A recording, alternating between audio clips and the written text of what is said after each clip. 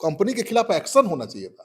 जी, company को black listed करना चाहिए जी, था। एक रोडिक कंसल्टेंट कंपनी है। जी, ये 23 साल 24 साल पुरानी कंपनी है, लेकिन किसी ने इसका कभी नाम कोई नहीं सुना था। हम लोग ये भाई तुम्हारी ज़िम्मेवारी क्या है? और पैसा किस बात के ले रहे हो तुम? जब सरकार ही ज़िम्मेवार है, विभाग ही ज़िम्मेवार है, तो आप कंसल्टिंग एजेंसी क्यों हैं? और इस कंपनी का पुल 3 बार गिर गया जी। और 1700 करोड़ की लागत से बन रहा है, उस कंपनी के खिलाफ एक्शन नहीं लिया गया और कहा गया कि भाई अपने खर्चा से कंपनी जी, बनाएगी। और सवाल नहीं है सरकार पर, सवालों की फ़हरिस्त है और उस सरकार पर सवालों की फ़हरिस्त है जो सरकार ये कहती है कि हम क्राइम, करप्शन और कम्युनलिज़्म से समझौता नहीं करते हैं। कंसल्टिंग कंपनी रोडिक कंसल्टेंट के खिलाफ भी कोई कार्रवाई नहीं और कंपनियों की क्या कमी है भाई? पुल बनाने वाली देश भर में बहुत कंपनियां हैं, क्यों एसपी सिंगला ही बनाएगा पुल? और पुल उसका टूट रहा है, लगातार गिर रहा है। आप टेंडर निकालेंगे, हजार आएंगे। नहीं, लगातार पुल टूट रहा है, एक ही पुल गिर रहा है, कंपनी बना नहीं पाई। और गंगा में फिर एक पुल बनाने का काम दे दिया गया दीघा सोनपुर में, उसी हजारों हजार करोड़ का। बहुत नमस्कार, आप देख रहे हैं 4 PM और मैं हूं अभिषेक मिश्रा। देखिए, बिहार में पुल गिर रहे हैं और एक ही पुल 3-3 बार गिर रहे हैं। क्या गड़बड़ झाला है? बिना बड़े गड़बड़ झाले के एक ही पुल 3-3 बार नहीं गिरते और इतनी बड़ी संख्या में, इतनी तादाद में पुल नहीं गिरते। एक के बाद एक कई पुल गिरे हैं और पुलों की गिरने की कहानी हम आपको बताते रहे हैं। क्या साठगांठ है, किसकी मिलीभगत है और कंपनियों पर मेहरबान क्यों है सरकार? कंपनियों के खिलाफ कोई कार्रवाई नहीं हो, क्यों कार्रवाई नहीं होती है? इन सबको समझने की कोशिश करेंगे। हमारे साथ वरिष्ठ पत्रकार श्रीकांत प्रत्युष सर हैं, बहुत बारीक नजर रखते हैं इन चीजों पर। बिहार में सर लगातार पुल गिर रहे हैं, विपक्ष तंज कस रहा है कि पुल आत्महत्या कर रहे हैं, लेकिन बहुत गंभीर सवाल यह है कि एक ही पुल अगर 3-3 बार गिर रहे हैं या पुल अगर बार-बार गिर रहे हैं और सिर्फ 2024 का मामला नहीं है, पहले भी लगातार गिरते रहे हैं, तो कंपनियों पर, जो कंपनियां हैं इसके लिए जिम्मेवार है, उन पर कार्रवाई क्यों नहीं होती? सरकार मेहरबान क्यों है? और जो एक्शन होना चाहिए और एक्शन होते हुए दिखना चाहिए, वो क्यों नहीं हो रहा है? देखिए 2022 में देखिए पुल तो 17-18 गिर चुके हैं जी, और जब भी बारिश होती है खबर आती है कि पुल गिर गया। तो पुलों पर भरोसा लोगों का अब नहीं रह गया है। कब कौन पुल गिर जाए कोई नहीं जानता। लेकिन ठीक है, वो तो छोटी-छोटी पुलें थी, पुलियाँ थी जो गिरी हैं 17-18। लेकिन एक बड़ा पुल है जो 1700 करोड़ से की लागत से बन रहा है, अगवानी जी, पुल गंगा नदी पर। ये पुल तो गजब का है भाई। ये 1700-1800 करोड़ की लागत से बनने वाला पुल आज तक बना नहीं, कंप्लीट नहीं हुआ जी, और हर साल उसका 2-4 पिलर गिर जाता है। जी, पहली बार 2022 में गिरा था, आपको याद ही होगा। जी, 4 और 5 नंबर पिलर, खूब हंगामा हुआ था जी, और पुल निर्माण में भ्रष्टाचार को लेकर विपक्ष ने घेराबंदी भी की थी सरकार की। 2023 में फिर गिर गया धाम जी, से, जी, 3 पिलर जी, 10, 11, 12। जी, अब मतलब भाई सरकार तो सफाई दे रही थी, तब तक 3 को गिर गया। जी, तो मामला कोर्ट भी पहुंच गया, हाई कोर्ट में याचिका दायर हो गई। कोर्ट में याचिकाकर्ता ने आरोप लगाया कि पुल के निर्माण में जो मटेरियल का इस्तेमाल हो रहा है वो गुणवत्ता वाला नहीं है, झोल है उसमें। लेकिन विभाग कान में तेल डालकर सोया रहा, कोई कार्रवाई नहीं की गई, कंपनी से कोई पूछताछ नहीं हुई, कोई एक्शन नहीं लिया गया। नतीजा ये हुआ कि फिर 2024 में धड़ाम से जी, और एक पाया गिर गया। जी, अब सरकार कह रही है कि भाई जो पुल गिरा है, लागत तो बहुत है, जी, 1700 करोड़ का है। तो सरकार कहेगी ठीक है, कंपनी अपने खर्चे से बनाएगी पुल, हम खर्चा नहीं देंगे दोबारा। जी, ये कौन बात हुई भाई? कंपनी बोली कि ठीक है हम बनाएँगे। हाई कोर्ट में जाकर कंपनी ने कहा, कंपनी हाई कोर्ट ने कहा ठीक है तो बनाओ। बना रहा है कंपनी 2 साल से, हर साल 2-4 पिलर गिर रहा है। जी, ये कब पुल निर्माण होगा? अ, कब पूरा होगा निर्माण का कार्य और क्यों गिर रहा है? तो कंपनी के खिलाफ एक्शन होना चाहिए था। जी, कंपनी को ब्लैक लिस्टेड करना चाहिए जी। था। मेंटेनेंस में भी गड़बड़ झाला है, मॉनिटरिंग में भी गड़बड़ झाला है। अब देखिए, एक रोडिक कंसल्टेंट कंपनी है। जी, ये 23 साल 24 साल पुरानी कंपनी है, लेकिन किसी ने इसका कभी नाम कोई नहीं सुना था। हम लोगों ने तो नहीं सुना था। बिहार में कुछ साल से एक्टिव है जी, और बिहार से ही कहा जाता है कि इसका कारोबार सैकड़ों करोड़ में पहुंच गया। जी, ये कंसल्टिंग कंपनी का इस तेज रफ्तार से बढ़ना जी, संदेह तो पैदा करता है। और बिहार के महत्वपूर्ण विभाग जैसे स्वास्थ्य विभाग और पुल निगम, सब महत्वपूर्ण कार्य का टेंडर जब होता है तो कंसल्टिंग का काम इसी को मिल जाता है। और वो कैसी कंसल्टिंग कंपनी है जो पुल जो गिरा है अगवानी पुल, उसका भी कंसल्टिंग यही कंपनी है। और उसका क्या है कंसल्टिंग में इंजीनियरिंग सर्विसेज का कंसल्टिंग है, मतलब इंजीनियरिंग तो मेन हो गया मैकेनिज्म। तो कंपनी की जिम्मेवारी थी कि अगर नक्शा में कोई फॉल्ट था, डिजाइन में फॉल्ट था या मटेरियल अच्छा इस्तेमाल नहीं किया जा रहा था, तो कंपनी का कंसल्टिंग का मतलब क्या हुआ?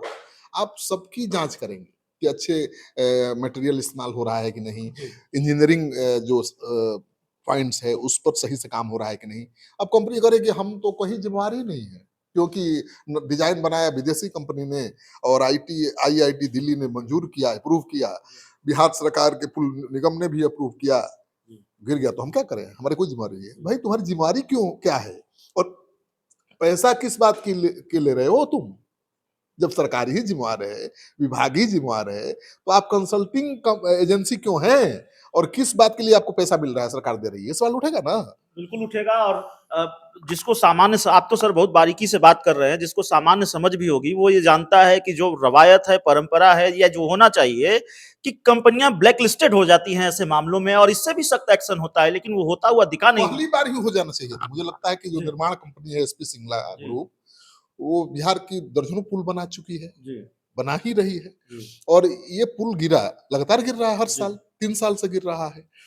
फिर भी उसको एक नया काम दे दिया गया। कहाँ भाई? पटना में दीघा और सोनपुर ब्रिज बनाने का। जिस आगवानी पुल की आप बात कर रहे हैं, उस मामले में सरकार की स्थिति ऐसी है कि विपक्ष तो छोड़िए, जेडीयू के विधायक ही सवाल उठा रहे हैं, सिस्टम पर सवाल उठा रहे हैं, सरकार पर सवाल उठा रहे हैं। डॉक्टर संजीव सवाल अगवानी पुल के पर भी उठाते रहे हैं।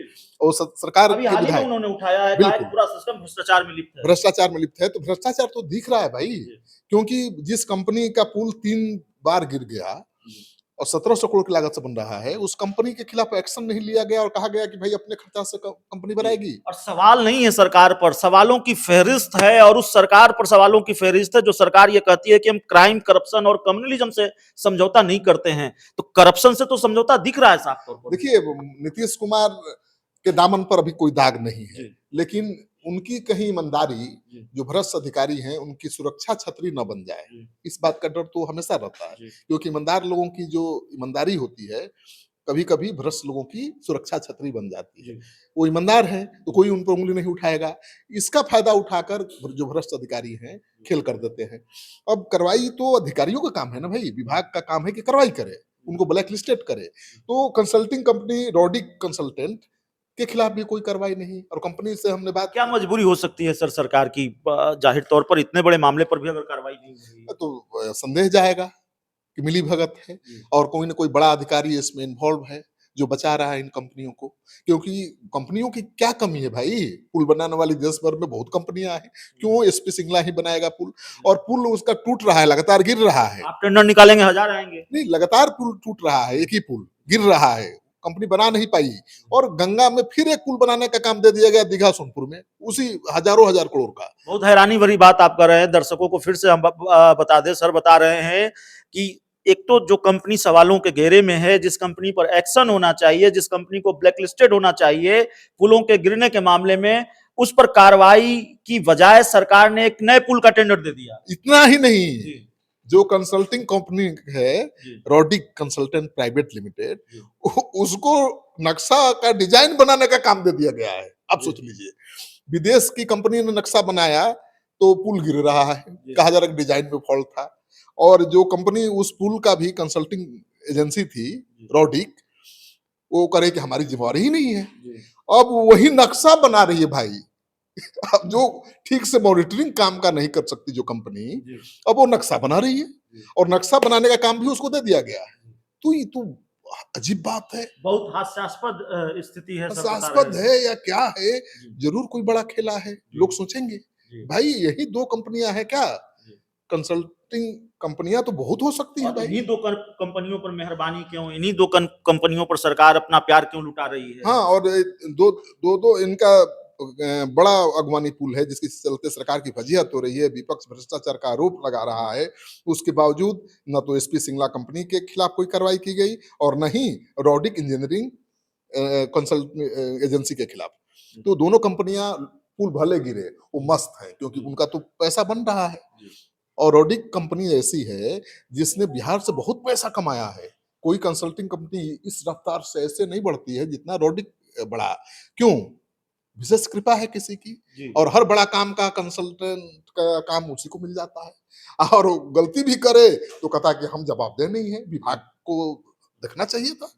और तो जवाबदेह नहीं हो तो पैसा किस बात के ले रहे हो? सवाल उठ रहा है। और मुझे लगता है कि नीतीश कुमार अब छोड़ेंगे नहीं। जो सूत्र बता रहे हैं कि नीतीश कुमार ने इसको गंभीरता से लिया है, और बहुत जल्द देखिएगा आप एसपी सिंगला ग्रुप की जो कंपनी है पुल निर्माण की, वो भी बैन होने वाली है, और जो रॉडिक कंसल्टिंग कंपनी है उसके खिलाफ भी एक्शन होने वाला है। एक्शन होने वाला है। तो चलिए देर से सही एक्शन होगा, इसकी उम्मीद सर जता रहे हैं या बता रहे हैं कि जो जानकारी मिल रही है नीतीश कुमार अब एक्शन लेंगे। लेकिन अब तक तो सवाल है और गंभीर सवाल हैं, इतनी मेहरबानी कौन जता रहा है, इतनी मेहरबानी कौन कर रहा है उन कंपनियों पर जो कंपनियां लगातार इस बात के लिए जिम्मेवार हैं कि पुल गिर रहे हैं और उनके खिलाफ कार्रवाई होनी चाहिए, लेकिन कार्रवाई के बदले उनको नए टेंडर मिल रहे हैं। बहुत बहुत धन्यवाद।